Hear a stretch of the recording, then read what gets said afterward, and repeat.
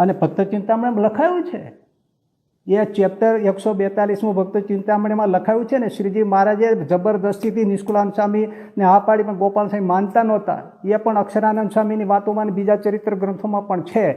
ગોપાલ સ્વામી કીધું મારું ન હોય, શ્રીજી મહારાજનું લખાય. તો મહારાજે કીધું જોગી ના પાડે છે. તો મહારાજ કે સારું ન લખતા, હું બીજા પાસે લખાવીશ, પણ લખાવવું તો છે જ. 142 પ્રકરણ એના આજે પાઠ થાય છે. અને ગોપાળાનંદ સ્વામી વડતાલમાં એને આશરે, સારંગપુરમાં હનુમાનજીની બાજુમાં, જન્મસ્થાનમાં એમના સ્થાનમાં, અને મંદિરમાં જે એમનો અષ્ટાંગ યોગની જે આખી મૂર્તિ છે એમાં ચારેય જગ્યાએ ગોપાળાનંદ સ્વામી સાક્ષાત પ્રગટપણે બિરાજેલા છે, બિરાજે છે, અહર્નિશ બિરાજે છે. આંખો હોય તો દેખાય, પ્રગટપણે બેઠા ચારે જગ્યાએ, અનેકના કામ કરે છે. જિંદગીમાં ભગવાન સ્વામિનારાયણ એમને ક્યારેય કોઈ બાબતમાં, કોઈ વર્તનમાં, કોઈ ઐશ્વર્ય પરચાઓ બતાવે, અનંત સામર્થ્યો બતાવે, ક્યારેય ઠપકો આપ્યો નથી. સ્વતંત્ર મૂર્તિ.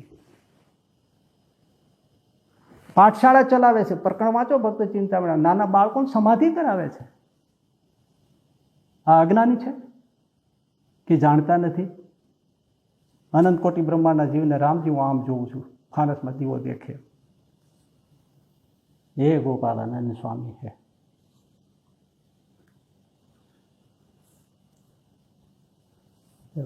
મહારાજ આજ્ઞા કરી, સ્વામી પંચમહાલ જિલ્લામાં ફરો.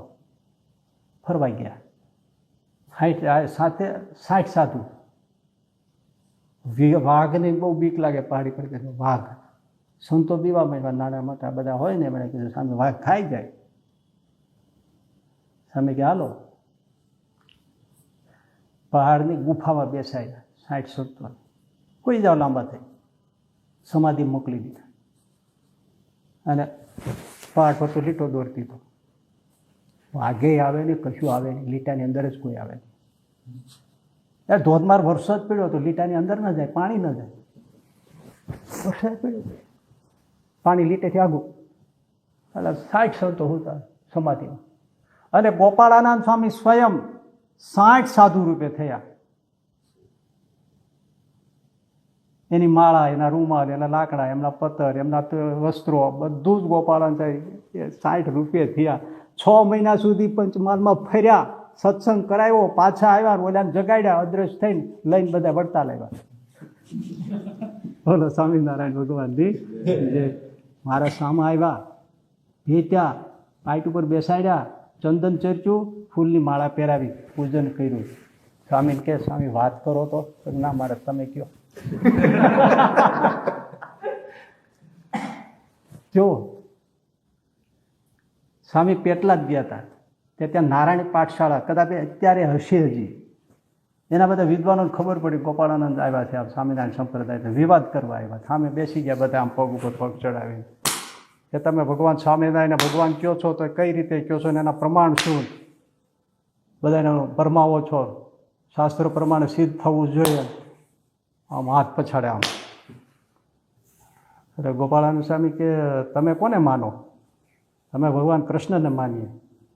તો એનું શું પ્રમાણ? કે એના શું પ્રમાણ? પર્વત ઉચળ ગોવર્ધન નાથ કી જય. કાલી દમન કર્યું, ગિરિરાજ ઉપાડ્યો, કાલી દમન કર્યું. મા યશોદાને બાળપણમાં મુખમાં બ્રહ્માંડ દેખાડ્યું. ગોપાલ સ્વામી કે ભગવાન તો ઐશ્વર્ય બતાવે, મારી સામે જોવો જોઈએ. એટલે આમ જોયું, તે જ છૂટ્યું. અને સ્વામી હસ્યા, મોટું પોળું થયું. ગોપાળાનંદ સ્વામીના મુખમાં બ્રહ્માંડ દેખાણું પંડિતો. પછી તો રૂવાણે રૂવાણે બ્રહ્માંડ દેખાણું. સ્વામી હકેલી લીધું, પગમાં પડી ગયા. મા બાપ તમે હાચા ને તમારા ભગવાનને હાચા, આજથી વિરોધ નહીં કરી. હે ગોપાળાનંદ સ્વામી છે. હવે આ વાત હોય છે ને, ઘણા એવું કહેતા હોય છે કે ગુણાતીતાનંદ સ્વામીની એ વાતો વંચાય કે નહીં, મનાય કે નહીં, આવું થોડું હોય એમાં તો આવું બધું લખ્યું છે ને આવું બધું કહ્યું છે. તો એ સંદર્ભમાં હું તમને પ્રસંગ કહું. બાલમુકુદાસજી સ્વામી સંત મંડળ સાથે ફરતા ફરતા વાંક્યા ગયા અને ત્યાં એક ગોવિંદ નામે યુવાન બાલમુકુદાસજી સ્વામીની સાથે સાધુ થવા માટે નીકળી ગયા. અને પછી ફરતા ફરતા જુનાગઢ આવ્યા બાલમુકુદાસજી સ્વામી. અને બાલમુકુદાસજી સ્વામીના શિષ્ય ધર્મ સ્વરૂપદાસજી સ્વામી એમને આ ગોવિંદને બાલમુકુદાસ સ્વામીએ સોંપ્યા કે આ તમારા શિષ્ય તરીકે રાખો. અને સમય જતા એમને પછી આચાર્ય ભગવત પ્રસાદજી મહારાજ પાસે એમને દીક્ષા અપાવી અને નામ પાડ્યું ગોપીનાથ દાસજી.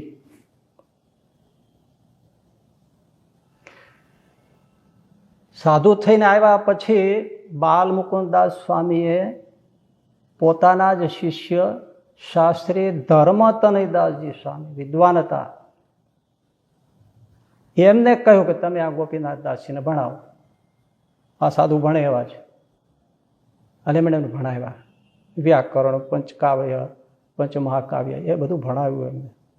અને એમનું શરીર એક તો પ્રગલ્ભ વાણી, પ્રૌઢ પ્રતાપી શરીર, હાડ આમ બાંધાદાર, જુઓ તો પ્રગલ્ભ પુરુષ લાગે. અને એવી ગંભીર વાણી, એવી સરસ રસાળ કથા કરે, બધાને આમ રસ તરબોળ કરી.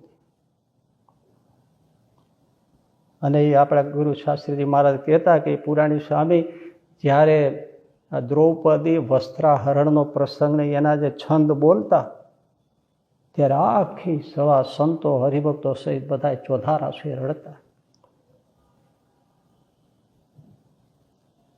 એ બધાને એટલું જુનાગઢમાં ગમ્યું હતું, હૃદય દિલ સ્પર્શી હતું કે જ્યારે પછી તો એ ધામમાં ગયા પુરાણી ગોપીનાથજી સ્વામી ને આપણા ગુરુદેવ શાસ્ત્રીજી મહારાજ પછી મંડળધારી થયા તો એમની પાસે એ છંદો ગવડાવતા. અને સ્વામી પણ એવી રીતે, એના ગુરુ જેટલું આપણે ના કહીએ પણ મેં જ્યારે દ્રૌપદીની વાત સ્વામી કહેતા એ પુરાણી સ્વામી એમના ગુરુદેવની સ્મૃતિ કરીને જ્યારે બોલતા ત્યારે એમની આંખમાં આંસુ આવતા. એ મેં જોયા છે. તો એ જ્યારે જુવાન હશે ત્યારે કહેતા હશે ત્યારે એ કેટલો રસ, વિરહ રસ, કરુણ રસ પેદા કરતા છે. કરુણ રસ કેવો પેદા કરતા છે આપણા ગુરુદેવ શાસ્ત્રીની વાત છે. તો આ કથા બહુ સરસ કરતા હતા પુરાણી ગોપીનાથદાસજી સ્વામી. પણ પોતાને સમજાયું કે હું જ્યારે આ કથા વાર્તા કરું છું પણ એમાં મને શાસ્ત્રાભ્યાસની ઉણપ દેખાય છે. આજે શું થાય છે, લોકો થોડી કથા વાર્તા કરે ને એટલે તરત ફૂલાઈ જાય. હરિભક્તો તો વખાણ એટલે એમ થઈ જાય કે બસ મારું બસ પૂરું થઈ ગયું, મારે જેવું કોઈને આવડતું નથી. પોતે પોતાની ઉણપને ખોળી કાઢવીને એ સૌથી મોટી મહત્તા છે જીવનને સુધારવાની, ઉત્કૃષ્ટ કરવાની.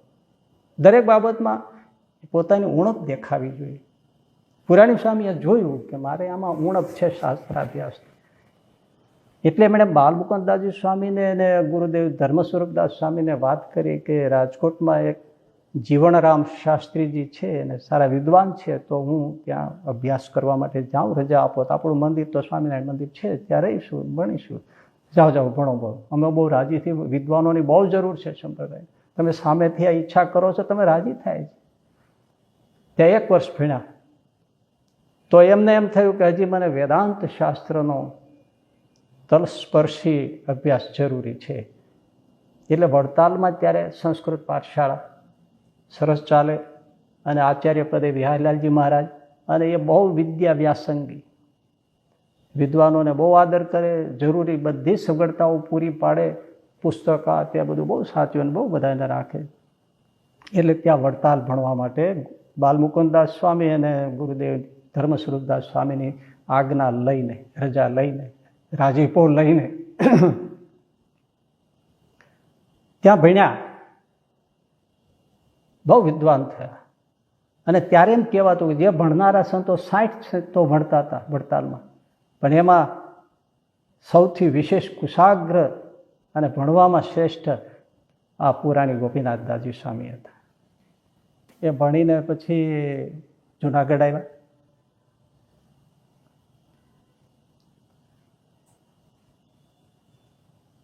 સત્સંગનો પ્રચાર કરે છે, કથા વાર્તાઓ કરે છે, શ્રી ભાષ્યની કથા કરતા. કેવી તમે વિચાર કરો, એ જમાનામાં શ્રી ભાષ્ય એટલે વ્યાસસૂત્રની કથા કરે પુરાણી ગોપીનાથદાસજી સ્વામી, સાંભળનારો વર્ગ એ છે ને એવા. પણ વડતાલ હતા, ભણ્યા, થોડા શબ્દો પીડ્યા હોય કે ગુણાતીતાની સ્વામીની વાતો ન વંચાય અને ન મનાય ને એમાં તો આમ છે અને એમાં તેમ લખ્યું છે ને આવું કાંઈ ન હોય ને આવું કાંઈ ન હોય, આ બધી વાતો હવે સાંભળજો. એટલે એમના ગુરુ ધર્મ સ્વરૂપદાસજી સ્વામી એ તો ગુણાતીતાન સ્વામી સાથે રહેલા, સ્વામીને આમ મુખોન્મુખ પીધેલા, ઉપાસના સમજેલા,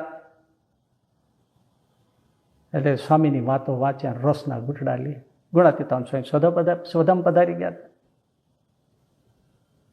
એ આ પુરાણી ગોપીનાથદાસ સ્વામીને ગમે નહીં એટલે અકળાય ને એમ કે તમે આ શું વાંચો છો, આ વાંચવા જેવું જ નથી, મૂકી દો એક બાજુ.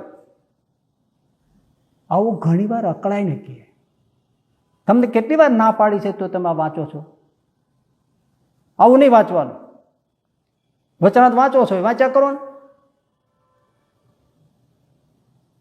ધર્મ સ્વરૂપદાસજી ભણેલા નહોતા, બહુ ગભરું હતા. કહેતા કે ધર્મનો અવતાર ન જોયો તો જોઈ લો, એવા ધર્મવાળ હતા, એવા મૃદુ, એવા કોમળ, એવા સરળ. સાહેબ બોલે નહીં કાંઈ.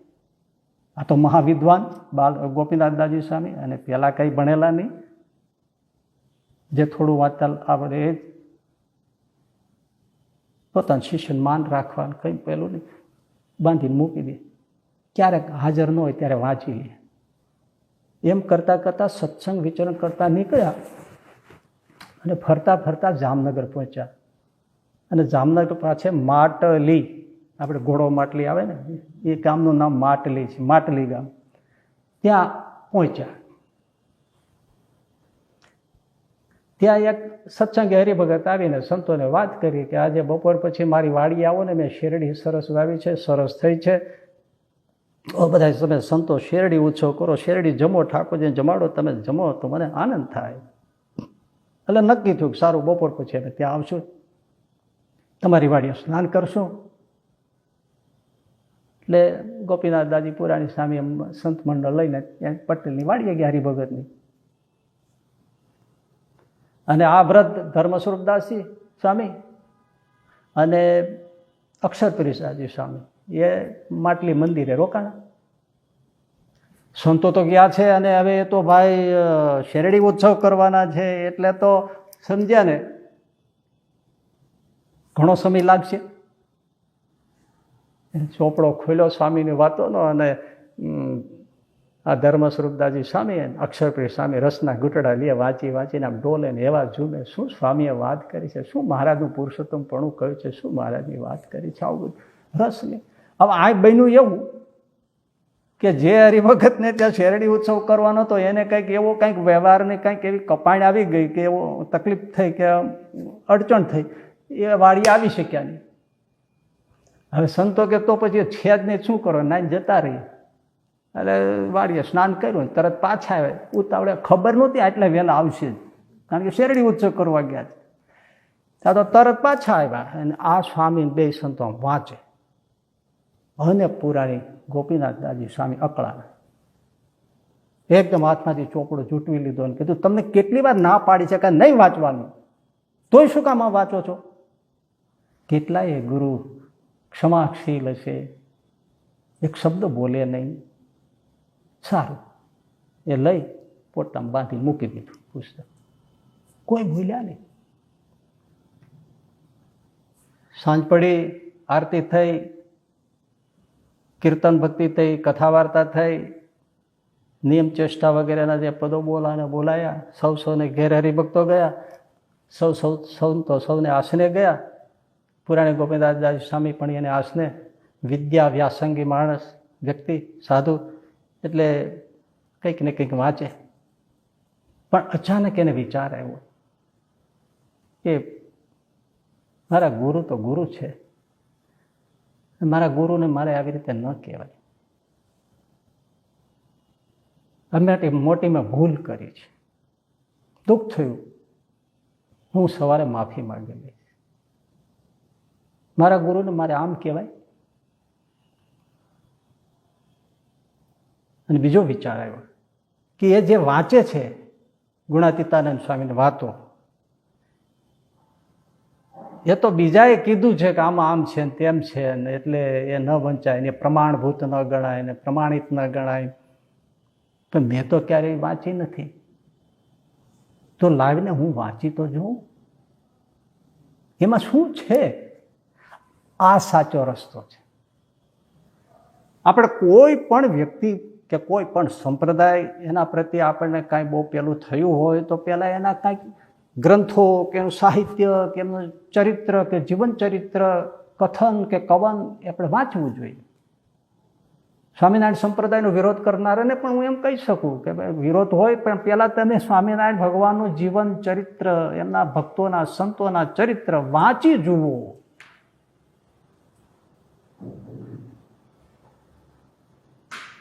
એકાદ પણ કોઈ સંતનો એકાદ પણ હરિભક્તોનું ચરિત્ર વાંચે ને તો દિલમાં એમ થાય કે આ ભગવાન સ્વામિનારાયણ ભગવાન છે,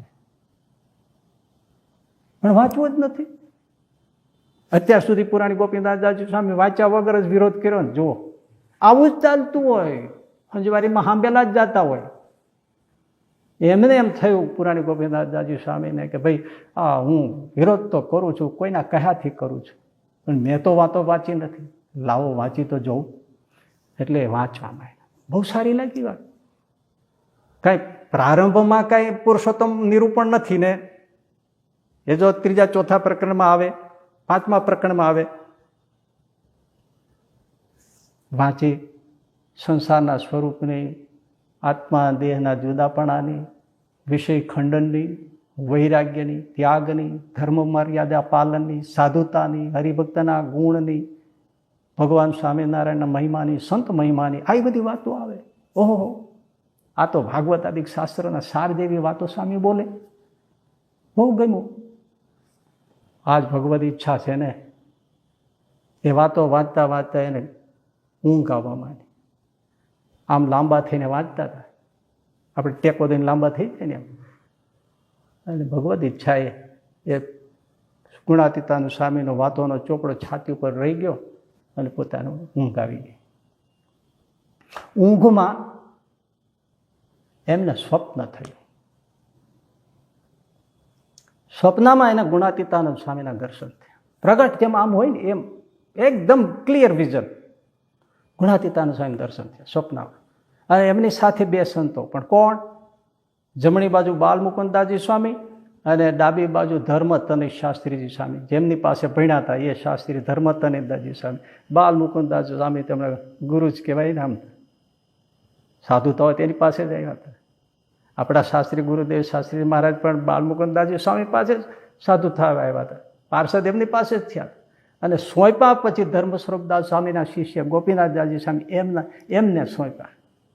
પણ આમ ટચ તો સીધે સીધો એમને બાલમુકુદાસજી સ્વામીનો છે. એટલે જ આપણા ગુરુદેવ શાસ્ત્રીજી મહારાજ કહેતા મારે ક્યાં આગું છે, મારા ગુરુ બાલમુકુદાસ સ્વામીની એ ગુણાતીતા હાથ, અને એની પાસે શ્રીજી મહારાજ. હું જરાક આમ હાથ લાંબો કરું ને ત્યાં શ્રીજી મહારાજને અડી જાવ એટલું મારે છેટું છે. તો આપણે ક્યાં છેટું છે?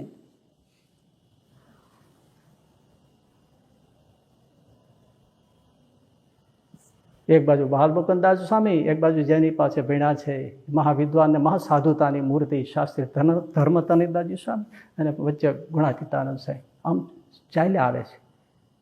એ જ વખતે શું થયું? પ્રગટપણે એની સામે આ ત્રણ સંતો પ્રગટ હતા, આવ્યા હતા, દિવ્ય રૂપે આવ્યા હતા. બાલમુકુદાસ સ્વામી શાસ્ત્રી ધર્મતનયદાસ શાસ્ત્રીજી સ્વામી જુનાગઢમાં હયાત હતા અને આ દિવ્ય રૂપે હતા.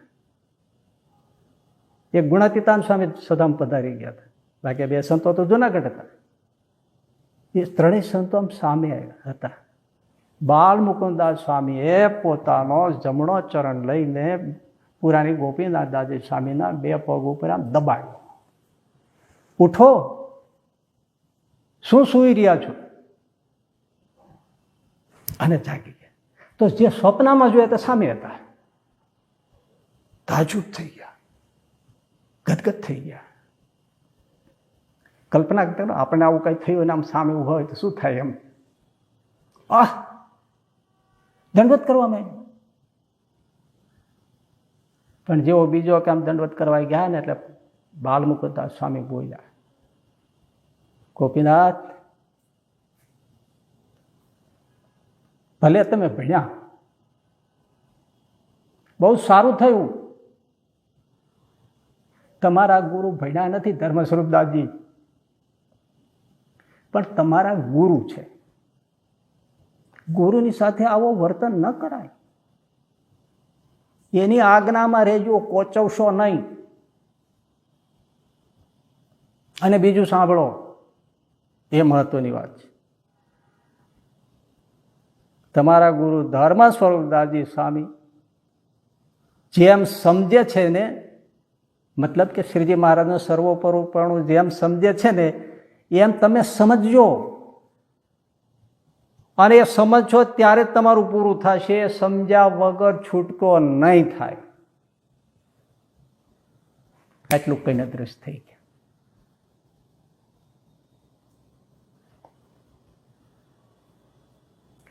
આપણે કલ્પના કરવાની રહી, એ ગોપીનાથદાસ સ્વામીની હાલત શું થઈ છે. લખ્યું નથી કે હું માનું કે કેટલા રેડાય છે. એક તો ગુરુદ્રોહ થયો, બીજી બાજુ 3 સત્તો ઠપકો આપ્યો,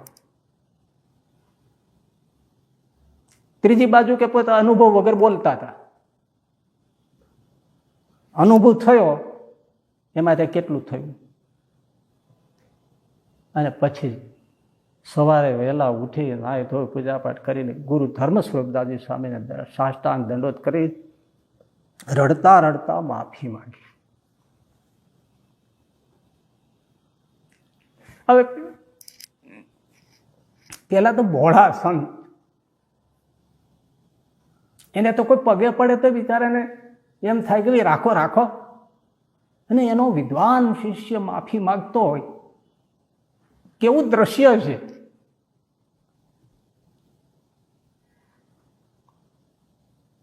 સ્વામીને તો માફ જ હોય,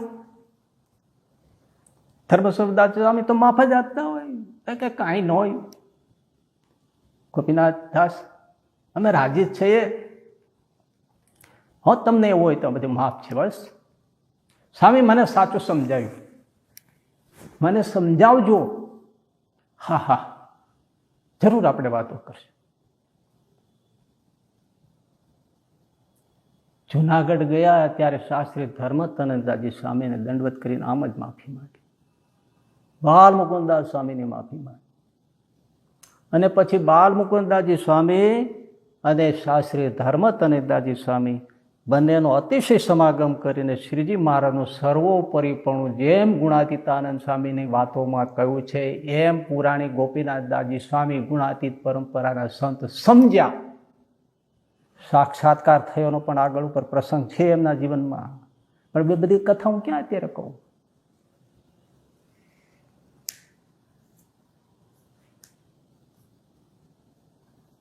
આ એક પ્રસંગ ગુણાતીતાનંદ સ્વામીનો ગોપાળાનંદ સ્વામીની વાતો વંચાય કે નહીં એનો જવાબ નથી.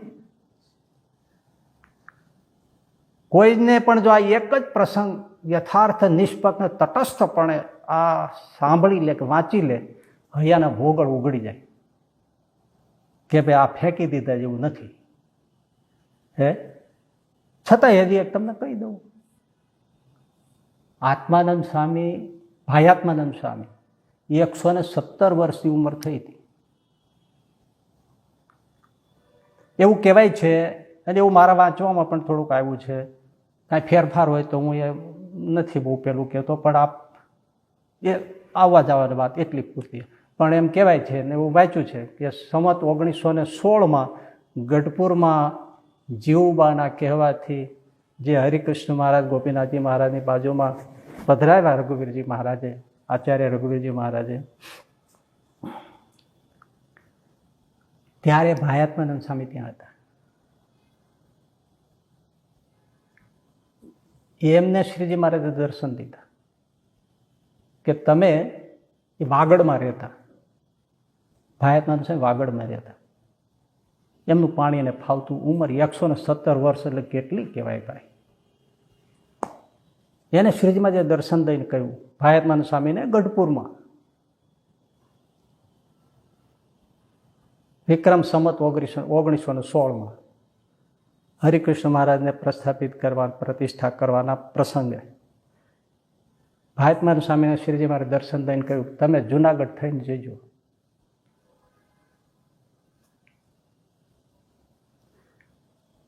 તો ના પાડવાની વાત જ હતી ને, એમને બીજી કઈ કશું ખબર નહોતી. આ બાજુ શ્રીજી મહારાજે ગુણાતીતાનંદ સ્વામીને દર્શન દીધા. એમને કીધું કે ભાઈ સ્વામી આવે છે, ટૂંકા નામથી ભાઈ સ્વામી કહેવાતા. ભાઈ સ્વામી આવે છે અહીંયા, પણ તમે એને પૂછજો કે તમારા 117 વર્ષ થઈ ગયા તો શ્રીજી મહારાજ તમને તેડી કેમ નથી જતા ધામમાં? એનું કઈ કારણ જાણો છો? એ પૂછજો. પછી શ્રીજી મહારાજે ગુણાતીતાનંદ સ્વામીને કહ્યું, સ્વામી મને ભાયાત્માનંદ સ્વામી વચનની મૂર્તિ છે, વાળ જેટલું મારું ને વચન લોપું નથી, એ મને બહુ વાલા છે, પણ અમારું સ્વરૂપ સમજવામાં કચાશ છે.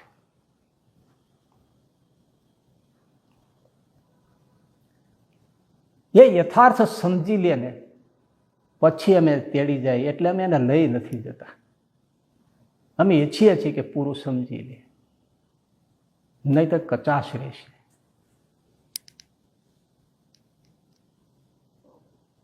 બોલો.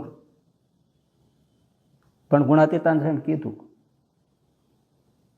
ભાઈ સ્વામી મારું માન છે.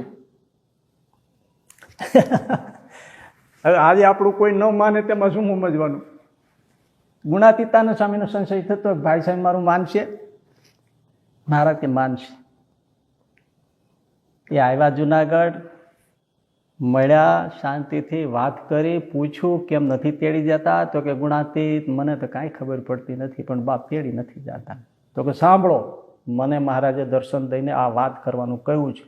હા, શું બેટા ગુણાતીત? હા સ્વામી, તમે મોટા છો, પણ મારે કહ્યા વગર છૂટક્યો નથી.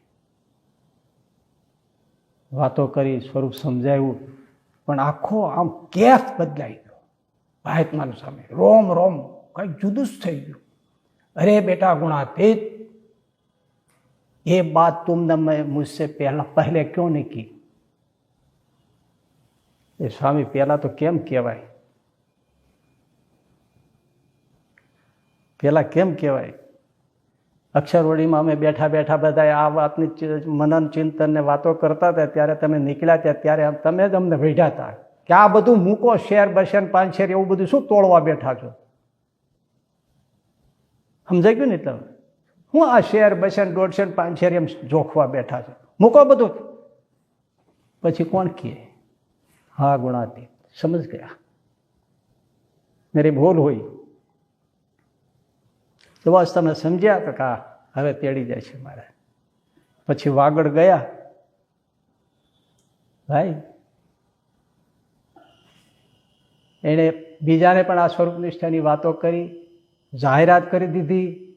હવે મહારાજ મને તેડી જવાના છે, જેને છેલ્લા દર્શન કરવા આવી જજો. રોજ 200 માણસો હરિભક્તો સત્સંગીઓ દર્શન કરવા આવે, સ્વામીનો સમાગમ કરવા આવે. વાગડ નાના ગામમાં 200-250 માણસોનો સમાજ હોય, સત્સંગ દર્શન. સ્વામી ધામમાં જવાના છે. રામાનંદ સ્વામી વખતના જો અત્યારે કોઈ એટલો બધી ઉંમર ન હોય તો કોણ દર્શન ના આવે? 117 વર્ષની વયોવૃદ્ધ મૂર્તિ ને સમર્થ મૂર્તિ. એના ખર્ચ અને વ્યવસ્થા એ કરવા માટે ગુણાતીતાનંદ સ્વામી શિવલાલ શેઠને મૂક્યા હતા. તું સ્વામીની પણ સેવા કરજે, આ બધાને ગામડામાં નાના રોજ આ બધું રસોડું કરીને જમાડવું એ કોઈનું કામ નથી, ખર્ચો પોસાય નહીં. એ તું ભોગવ અને સેવા પણ સ્વામીની કર, અને આ બધાનો ખર્ચ ઉઠાડીને વ્યવસ્થા કરીને શેઠિયો માણસ છો, વહીવટી માણસ છો, તો બધું સંભાળી શકી. એ ખાસ કારણ છે. બાકી હું માનતો નથી કે એમ કીધું કે કોઈ સંતો સેવામાં ન રોકાય એટલે શિવલાલને કીધું તું રે, એ વાતમાં હું નથી સહમત નથી, માફ કરજો. પણ આ વ્યવસ્થા અને સ્વામીનો સમાગમ સેવા અને હિડન કારણ ગુણાતીતાનંદ સ્વામી સમજતા હતા. શિવલાલ શેઠનું પણ બધું જે છે એને ધામમાં જવાનો આશીર્વાદ માગી લીધો તો એને પરણવાનો બાપ ફોર્સ કરતા હતા. એ બધું પૂરું કરાવવું હતું. કેટલાય એક કાંકરે કેટલાય કામ પતાવવાના હતા. અને પછી આત્માનંદ સ્વામી શિવલાલને કીધું, શિવલાલ માગી લે. તો કે તમારા 13મા દિવસે શ્રીજી મહારાજ લઈને મને તેડવા આવજો. એ બહુ લાંબી વાત કરતો નથી, એમ કઈ આશીર્વાદ દઈને કે જા શિવલાલ, શું કરું બેટા, તે માગી લીધું. મેં તને કહી દીધું હતું બ્રહ્માંડમાં કોઈ એવી વસ્તુ નથી કે હું તને આપી ન શકું, એટલે લાચાર છું. તારે નાના બાળકો છે, તું રોકાય તો સારું. શિવલાલ કે મારે મહારાજ કાંઈ જોઈતું નથી સાહેબ, આ તોડવું કઠણ છે. 9 લખો શેઠિયો, લાખોની મિલકત, ભાવનગરના રજવાડામાં એના બાપની ખુરશી પડે ભગા દોશીની, એવો મોટો વહીવટ, ગુલાબના ફૂલ જેવા બાળકો હોય, કોઈ છોડે? બહુ નાની ઉંમર, કે સમથિંગ 25 એટલી જ ઉંમર હતી, 25ની આસપાસની એવી ઉંમર હતી એમની. આજે 90 વર્ષ થાય તો દીકરા એના દીકરાના મોઢા જોઈને કોઈને ધામમાં જવાનું, દેહ મૂકવાનું થતું નથી. ભગવાન જીવાડે થારું, ભગવાન જીવાડે થારું, આ બધું મૂકી અને શિવલાલ માગી લીધું. અને આત્માનંદ સ્વામી કે જો આવ્યા છે, અનંત મુક્તો છે, અનંત વિમાન છે, ઓહો હો હો હો, બધા મોટા મોટા બધા સંતો છે, ગોપાળાનંદ સ્વામી તે બધા ઓહો બધા છે. લો શિવલાલ, જય સ્વામિનારાયણ, હું જાઉં છું. ગયા. આ પ્રસંગ પણ પર્યાપ્ત નથી કે ગુણાતીતાનંદ સ્વામી અને ગોપાળાનંદ સ્વામીએ કીધું છે એ સમજવું જરૂરી છે, પણ આ ઓલા જેવું છે. ગુણાતીતાનંદ સ્વામીએ કીધું ને ભાઈ સ્વામી મારું માનશે, નથી મનાતું. એ તો આપણે આગળ કહી દીધું કે ભાઈ સમર્પિત થઈને સંતોના, આ ગોપાળાનંદ સ્વામી, ગુણાતીતાનંદ સ્વામી, શ્રીજી મહારાજના ચરણમાં માફી માગીને આ બધું બાળક થઈને માગે ત્યારે મા બાપ રીજે, અને ત્યારે અંતર પ્રકાશ થાય. ત્યારે એમ થાય કે વચનામૃતમાં જે કહ્યું છે એનું સીધું સરળ ભાષાંતર વિવરણ હોય તો ગોપાળાનંદ સ્વામી, ગુણાતીતાનંદ સ્વામી વાતો છે.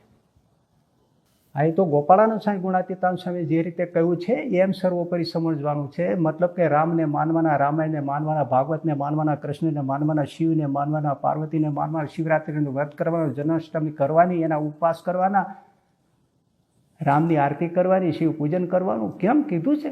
શ્રાવણ મહિનામાં અવશ્ય કરવું, કરાવવું શિવ પૂજન અમારા આશ્રિતોએ.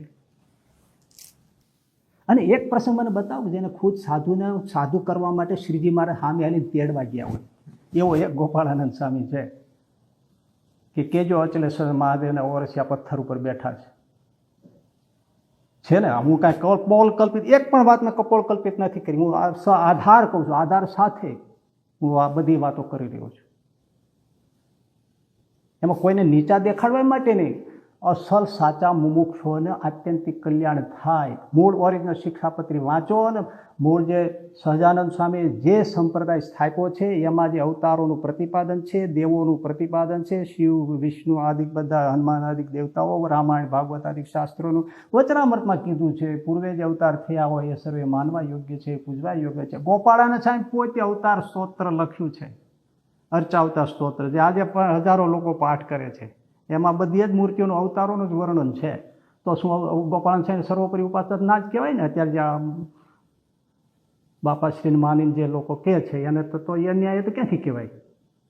એ તો બરાબર રોજ પાઠ કરવાની એમ કહે છે. દર પૂનમે આવીને કોઈ પાઠ કરે તેના મનોરથિત થશે. અવતાર સ્તોત્ર અવતારોનું જ વર્ણન છે. શિવજીનું છે, ગણપતિનું છે, હનુમાનજીનું છે, નરસિંહજીનું છે, વારાહ ભગવાનનું છે.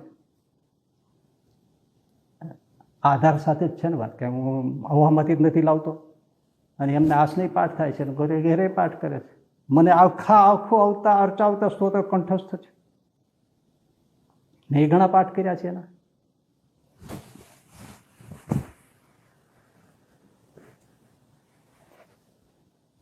મોટા પુરુષની સ્થાપેલી મર્યાદાથી બહાર ના જવાય, એમાં દ્રોહ જ છે. બાપાશ્રીમાં ક્યાંય નથી એમની વાતોમાં કે એમના જીવનમાં. એમણે તો 1.5 મહિનો રામાયણ સાંભળી છે એવું જીવન ચરિત્રમાં આવે છે. રામાયણ 1.5 મહિનો સાંભળી છે. પછી આ લોકો એમ કહે કે તો આવી રીતે ભગવાનના ચરિત્રમાં સંશય ના થાય ને એટલા માટે આપણે આ રામાયણ વાંચી અને એવું દ્રષ્ટાંત પૂરું પાડે છે. કપાળ તમારું તો 1.5 મહિનો સાંભળવાની શું જરૂર છે? 2 ચરિત્રોના રામના ને સીતાના ને શિવના ને પાર્વતીના કહી દે પૂરું થઈ જાય. એમાં A to Z રામાયણ સાંભળવાની શું જરૂર છે? ભગવાન સ્વામિનારાયણ સર્વોપરી ભગવાન હતા. રામ મુક્તાનંદ સ્વામી કે સ્વામી સીતા ત્યાગનો પ્રસંગ મને સંભળાવો. ગઢપુરમાં ઉગણવાના ઓરડે જ. અને મુક્તાનંદ સ્વામી રામકથાના તો જન્મજાત એ વિદ્વાન હતા. 14 વર્ષની ઉંમરે રામકથા કરતા હતા. એ અમરેલીના અમરાપુર ગામે. હા, એ અમરાપુર હું જઈ આવેલો છું. ચોરામાં બહુ આળોટ્યો છું, બહુ મોટો થયો છું. અમારે સ્કૂલે જવાનો ત્યાંથી જ રસ્તો છે હતો. હું અમરાપુરનો નથી હો, તમને કહું, પણ હું ત્યાં ભણ્યો છું અમરાપુરમાં. એમણે રામકથા સીતા ત્યાગનો પ્રસંગ શરૂ કર્યો. શ્રીજી મહારાજ ધ્રુસકે રડે. રૂમાલ આડો દઈને છેવટે એમ કીધું, સ્વામી કથા બંધ કરો, મારાથી નહીં સંભળાય. કથા બંધ કરી દો. કયા અવતારે કયા અવતારને નિગ્લેક્ટ કર્યા એ મને બતાવો. કાઢી નાખ્યા એમ બોલો. આ કાઢનારા ખોટું નથી કરતા? એ શું સ્વામિનારાયણના રાજીપામાં થાય છે? અબજી બાપાએ નથી કાઢ્યું. અબજી બાપા માનતા હતા બધું, શિક્ષાપત્રીને માનતા હતા. અરે આજે તો ઓરિજિનલ શિક્ષાપત્રી વાંચવા જ નથી દેતા. તો વારે વારે શિક્ષાપત્રી મહારાજ કે મનનું ધાર્યું વર્તતા નહીં, આ શિક્ષાપત્ર પ્રમાણે વર્તજો. અને આ પ્રમાણે વર્તશો તો ધર્મ અર્થ કામ અને મોક્ષની સિદ્ધિ નિશ્ચય પામશો. અને આ શિક્ષાપત્રી બહાર વર્તે એને અમારા સત્સંગીઓ, અમારા સંપ્રદાયવાળાએ એને સંપ્રદાયથી બહિર્ભૂત કાઢવા, બહાર નીકળી ગયેલા જાણવા. આ ચોખ્ખું કીધું છે. અબજી બાપા બધું માનતા હતા, એટલા માટે તો હનુમાનજી પધરાવ્યા. અને હનુમાનજી પધરાવાનો મતલબ જ એ છે કે રામને માને છે. રામને માને છે મતલબ કૃષ્ણને માને છે. રામાયણ સાંભળે છે મતલબ ભાગવતને માને છે. અબજી બાપાને ગાળો ના દેશો. ઘણા તો અબજી બાપાનું નામ આવે તે નાકનું ટીચકું ચડી જાય. એ નહીં, એને નામે જે થયું છે એ ખોટું છે અને થઈ રહ્યું છે ખોટું છે. અબજી બાપાનો સિદ્ધાંત નથી. બધું તો તમને હું ના કહી શકું, પણ હું તો દર શિવરાત્રિએ શિવજીનું અહીંથી અભિષેક જળ લઈ, શ્રીજી મહારાજનો અભિષેકનું જળ બધું લઈને જાઉં છું. અને સાહેબ બધું તો તમને નહીં કહું. શિવ બહુ રાજી થાય, બહુ રાજી થાય, બહુ રાજી થાય. મને જે હાવ અજાણ્યા હતા ને એમણે મને વાત કરી હતી. જેને ખબર નથી કે હું અહીં શિવ પૂજન કરવા જાઉં છું, એમણે મને વાત કરી. એને દર્શન હતું, એને ખબર એ નથી કે હું મહાશિવરાત્રિએ હું શિવ પૂજન કરવા જાઉં છું. એમણે સીધું જ મને કીધું, મને કે તમે જે શિવ પૂજન કરો છો ને, શિવજી બહુ રાજી થાય છે, બહુ રાજી થાય છે. કે મને શ્રીજી મહારાજના ચરણામૃતનો અભિષેક સ્વામી કરે છે.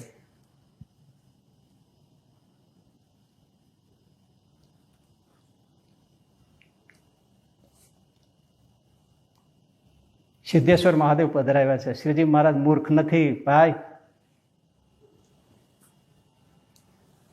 કેવી હદાથી બેઠો છે મહાદેવ. હે ક્યાંય મૂર્તિ તો ગોતી આવો.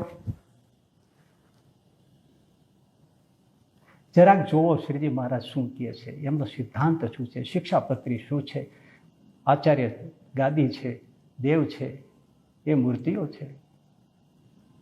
હું સર્વોપરી જ માનું છું, હું સ્વામિનારાયણ ભગવાનને, પણ હું દરેક અવતારને માનું છું.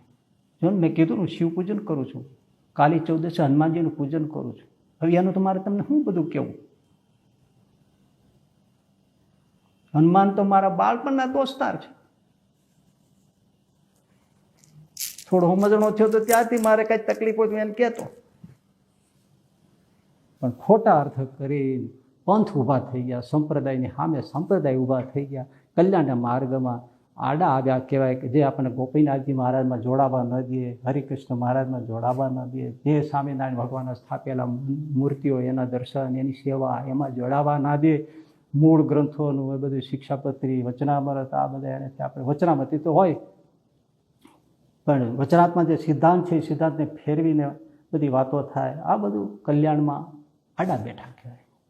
માટે મૂળ પકડવું, મૂળ સ્વામિનારાયણ ભગવાનના સંપ્રદાયને પકડવો, મૂળ સ્વામિનારાયણ ભગવાનના જે સિદ્ધાંતો છે, અવતારોનો સ્વીકાર છે, દેવોનો સ્વીકાર છે, બે આચાર્યની ગાદી છે, લક્ષ્મીનારાયણ નરનારાયણ આદિ બધા દેવો છે, ગોપીનાથજી મહારાજ આદિ દેવ જે પધરાય મૂર્તિઓ છે, ભગવાનના સ્વરૂપો પધરાવ્યા છે, હનુમાનજી ગાંઠે આદિ દેવો છે, આ બધું માનવાનું છે, એ મર્યાદામાં રહેવાનું છે અને